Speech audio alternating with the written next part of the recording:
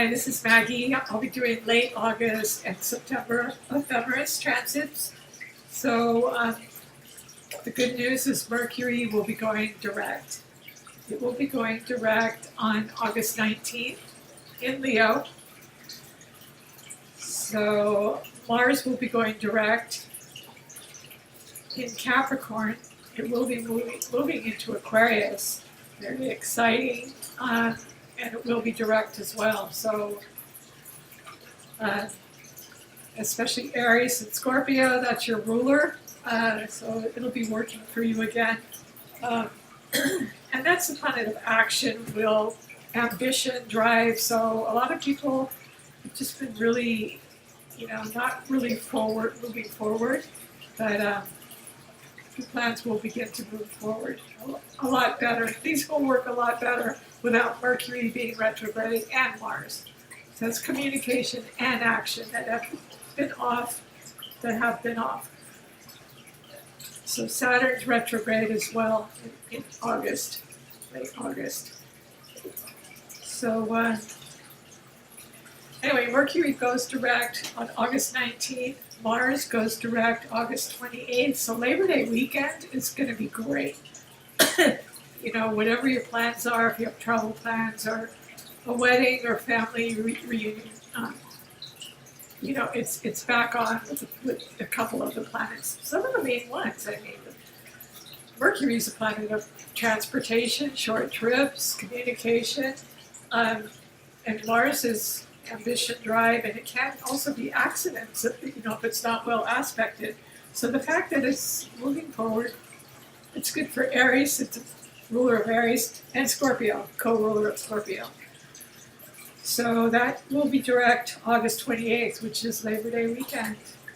And also Labor Day weekend, Venus goes into Libra. So Venus has been in Virgo, which is very good for beautifying your surroundings or work or projects that you love to do.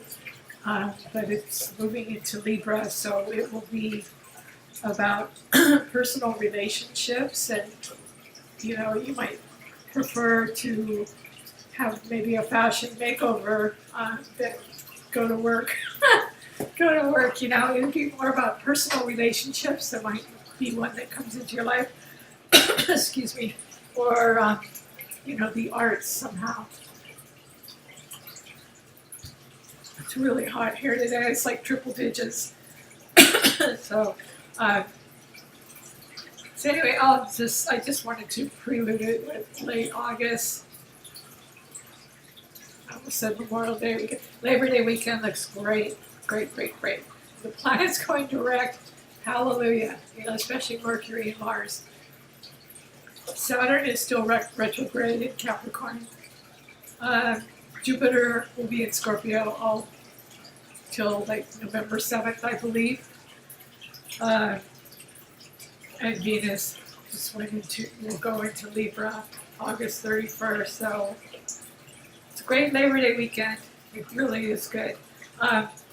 September 1st, the sun is 8 degrees Virgo, moon's in Taurus.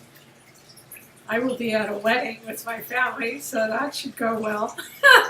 That helps. There won't be a runaway bride or anything. So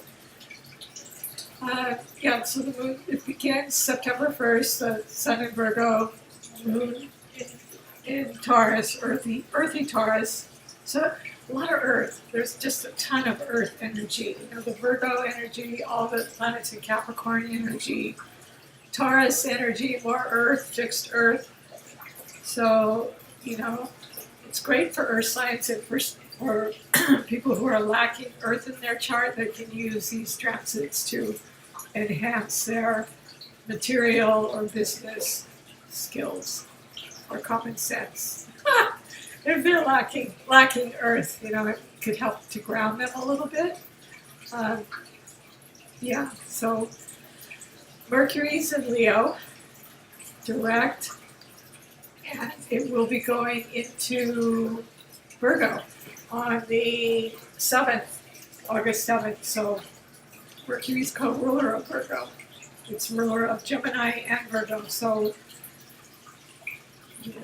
with with Mercury and Virgo, you're going to be extremely analytical. I mean, Virgos are analytical anyway, and especially with it going direct, I mean, you're going to want to go to work. You're going to want to focus on detail work. You're going to want to focus on anything to do with health or just attention to detail, and use your analytical skills because they will be working.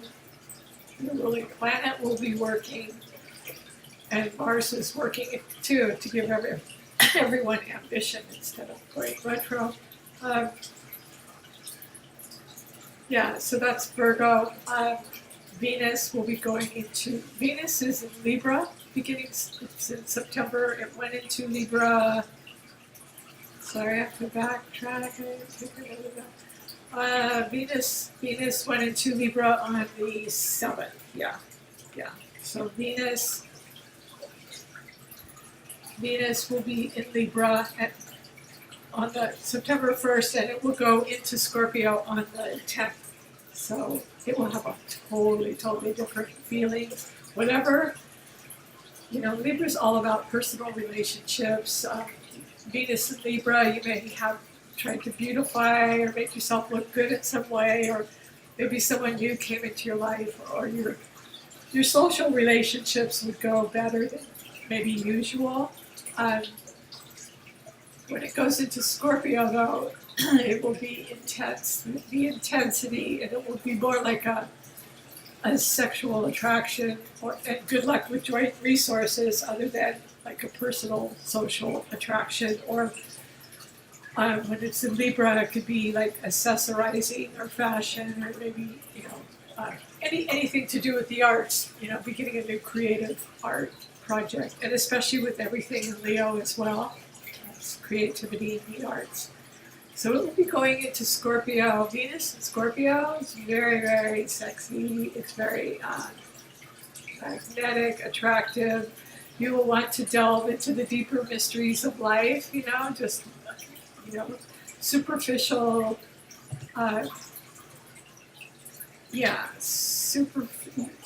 Scorpios go so deep, superficial, I was going to say conversations, but, there's going to be Mercury and Virgo getting all analytical about it, and then there's going to be Venus and Scorpio going to great depths and wanting to really get to know you.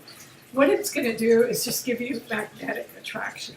That's Venus and Scorpio. So if you have any planets in Scorpio, if you have Mars in Scorpio, Venus-Mars conjunction is like sizzling on fire. Very good attraction, especially in a synastry chart or composite chart. So that could be a lot of fun, Venus in Scorpio, and it could also attract money to you, joint assets, partnerships, and it's going to join Jupiter as well. Scorpio's Jupiter returns, so Venus conjunct Jupiter in Scorpio is very magnetic attraction. Some kind of blessing. It could be, like disguise. So you may not think it's a blessing at the time, but it will be in retrospect. Hopefully, yeah. Because I'm talking about an inheritance. It's not always, though, an ending. It's not always an ending. It could be, just signing a record contract or something. So Venus in Scorpio, and then you can see all the planets in the sky right now. It's so beautiful. To be able to watch, Mars is the closest to the Earth it's been just in like years. And you could almost touch the planets, they're so close. Saturn, Venus, Mars, and I think there's another one too. So Mars is still in Capricorn in September, but the good news for some, it's good to have ambition, You know, Capricornians need that Mars, but it's also stirring up a lot of arguments and strife. And just don't talk politics with Mars and Saturn and Pluto in Capricorn. You know, it's just, yeah. Anyway, it's just been off the hook with Mars and Capricorn. So it's going to be a relief, and it's going to be almost like an Aquarian awakening. When it goes into Aquarius, I'm very excited about it. Yeah, I think it's been retrograding now. You know, it has been retrograding back and forth. However, I like Mars in Aquarius. But it's conjunct the Rahu, or the South Node. So the partial solar eclipse, you know, could signify endings of some kind. It was a new moon partial solar eclipse in Aquarius. So there was a lot of people talking about Rahu, or the South Node, signifying letting go or release. Because your North Node is what you're striving towards, and the South Node, or the Dragon's Tail, or Rahu they call it, I believe, Rahu and Ketu, is letting go, letting go of something. So, anyways, Mars in Aquarius is, what is it, 12th, September 12th. So that's great for astrology, for Aquarians. Especially that it's direct. I mean, you know, if you were to have, say, you had surgery or something scheduled, you know, it probably wouldn't be the best time. But now that it's direct, any action or it just would probably have a better outcome. And Aquarius, you know, it's like astrology and occult, and you know, my brother's a triple Aquarian. He's into conspiracy theories, you know, just out there stuff, you know. So it's on with that. When it goes into Aquarius, it's kind of like the age of Aquarius. It's beginning. It's like 1 degree on the 12th. So it's great for astrologers, for sure. But it will be conjunct to Rahu, the South Node. So we're still feeling the eclipse, you know. We'll be feeling that for about 6 months, so it may not always manifest right away. You know, however it will manifest, we don't always know. Even if you look at the house that it's in, you still don't always know. So Mars, Jupiter, Scorpio, Jupiter, Venus, Jupiter conjunct Venus is just such good luck. Such good luck with joint assets, powers of attraction. Yeah, if you have, yeah, it's on for Jupiter. It's on for Jupiter. It's on for Scorpios. Yeah, Scorpios. Sometimes I read Jupiter and Saturn, you know, because the symbols are similar, only upside down.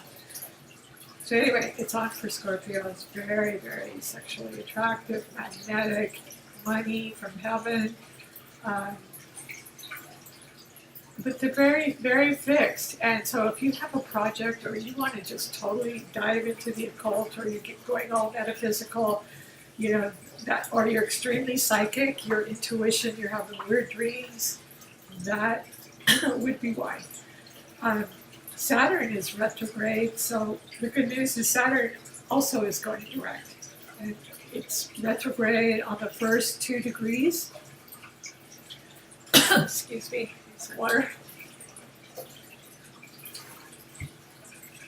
So it's retrograde 2 degrees, September 2nd. And so it's going into Capricorn, and it's going direct. Glory, hallelujah. It is going direct on the 6th. Yeah, so that's good news. So Uranus is still retrograde in Taurus, you know. North Node is in Leo still. And that was involved in the eclipse with the new moon and the south node I just talked about is in Aquarius. I was talking about Saturn going direct in Capricorn. Yeah, it's been in Capricorn. But, you know, I don't know. Maybe the government will start working. That's a joke. But, yeah, Saturn going direct, you know, structure. Saturn's all about structure, discipline, authority figures, world leaders. So maybe some laws will get passed. And the Capricornians that are trying to rebuild their new lives, that, you know, all the structures Pluto has torn down, or, you know, you've had to relocate or move, or whatever kind of massive changes you've undergone. Saturn going direct, well, it's your ruling planet, so it will definitely help you to get back on track. It helps when your ruling planet is direct, you know. It's kind of like things are at a standstill. So Uranus is still retrograde 2 degrees in Taurus, and we're beginning to see financial instability, but really don't know how that's going to manifest. But there's a lot of speculation. You know, it could be housing bubble, market. Just, I would not be a day trader not with Uranus not with Uranus and Taurus. However, you might get some lightning fast, intuitive ideas about money or what to do with money. So listen to your intuition, because you might just have a gold mine with some brilliant Uranian idea that comes to you on how to, you know, either work with the environment because it's an earth sign, or some sort of material. How to better use what you value and resources. That's Taurus. And Venus rules Taurus. So Pluto remains in Capricorn. Transforming lives, and just, you know, it's just really, there's just so many transformative changes on so many levels, and where it is in your chart signifies what area of your life it will transform, or there could be endings. It's the ruler of Scorpio. So Scorpio, you know, it's like the phoenix rising. So if you got fired from that job, you know, with Saturn going direct now could help you to maybe get another job, or, you know, reboot your career, or, you know, rebuild, because Saturn guaranteed, you know, I mean Pluto rather, is guaranteed to, that's its job pretty much, is to, you know, it's just like the seasons, you know, the endings, fall, winter. It's like the phoenix rising from the ashes, and that is Scorpio. So having it in Capricorn, it's tearing down all kinds of structures, or you could have had a loved one pass away. Oftentimes when Pluto is on your sun, transiting your sun or your ascendant, it could signify maybe problems with your body, or, you know, sometimes it could be passing away, or it could just be the end of your way of being that, you know. Yeah, and Neptune remains in Pisces, trying to enlighten us all. Yeah, Neptune remains in Pisces, making us all just really in tune with, you know, the compassion, empathy, intuition, music, spirituality, not dogmatic like Capricorn. Capricorn is just rigid. Capricorn would be like Old Testament dogmatic, it's this way and that's it. whereas Neptune in Pisces would be, it's just mutable, it's mutable water, and it's universal love is what it is, and service, because Pisces rules the 12th house, and Neptune is the ruler, king of the sea. It's the ruler of Pisces, so it's very at home there. All the water signs, everyone will be. If you tune into this energy, I mean, you can use it just for not only the arts, but just imagination. Use it for intuitive imagination, creativity, spirituality. Learn how to meditate, healing work. All kinds of good stuff is going to come out of new medicines, probably. Neptune and Pisces. New drinks. Yeah, so we're, Neptune and Pisces. Also, people are going to be extremely psychic, and they will just really lean more on their intuition, which is good to get away from all this dogmatic rigidity that's been going on in Capricorn. People, well, they're not going to lighten up yet, but Neptune and Pisces is trying to help us get there. So between Neptune and Pisces and Uranus and the Aquarian age, Mars in Aquarius, and when all the planets line up in Aquarius, it's going to be a new day, a new age. And it's almost going to be like a breath of fresh air, and I think we're trying to get there now. But so anyway, I'm kind of going off on this, but anyway, I hope you enjoyed this. Have a great Labor Day weekend with the planets going direct. Travel, no problem. Flying, no problem. And communicating, no problem, hopefully. So, if you like this channel, please like and subscribe. Thank you. Have a good September.